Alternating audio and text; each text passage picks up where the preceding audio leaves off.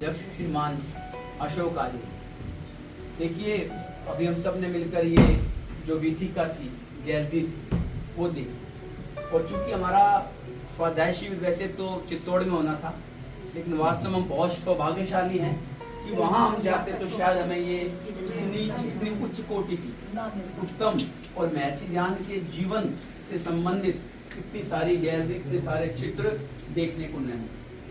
अभी अशोक जी अंदर कह रहे थे कि हमारे पुराने जो आर्य हुए उन्होंने बहुत कुछ काम किया, लेकिन हम कुछ नहीं कर पा रहे हैं। मेरा ये मानना है कि ये जो कार्य हुआ है उनके माध्यम से वो अपने आप में मील का पत्थर साबित होगा भविष्य में। क्योंकि आज ऐसा विश्व में कोई ऐसा स्थान नहीं है जो इतना अद्भुत हो।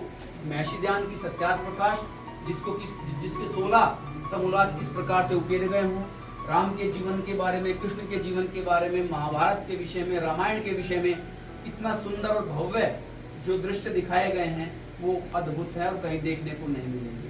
इसके पीछे सारा का सारा जो मेहनत है, जो श्रेय है, वो आदरणीय अशोक जी को जाता है।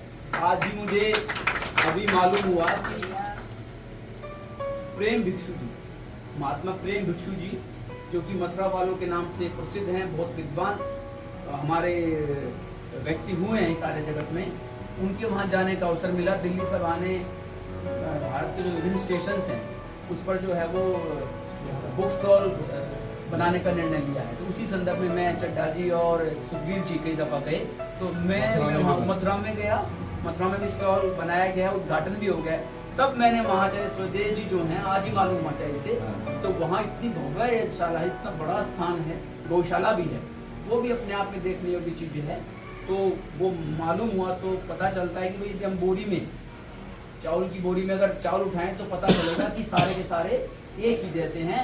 तो कहाँ से ये परंपरा, आर्यों की परंपरा चली आ रही है प्रेम भिक्षु जी के माध्यम से, और आज और इनकी संतति में मैं समझता हूँ वो आर्यों का रक्त, वो वैदिक चिंतन के प्रति वो प्रवाह वास्तव में दर्शनीय है। ये बहुत सुंदर उन्होंने नवलखा महल जो बनाया है, मैं इसके लिए उनको बहुत बहुत, जो आज हम सब उपस्थित हैं, उनकी तरफ से साधुवाद देता हूँ। उनके लंबे जीवन की कामना करता हूँ।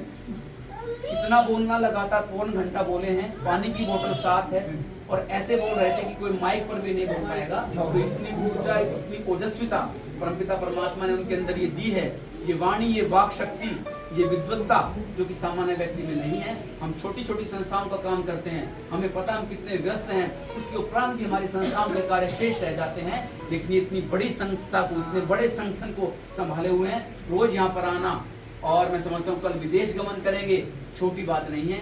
उन्हें, उनको बहुत बहुत सबकी तरफ से, इस डेलीगेशन की तरफ से बहुत बहुत बधाई और साधुवाद। परमपिता परमात्मा उनका जीवन में श्रद्धा सुतम 100 वर्ष का जीवन दे और स्वस्थ जीवन रहे, इन शुभकामनाओं के साथ हम तो वास्तव में धन्य हो गए।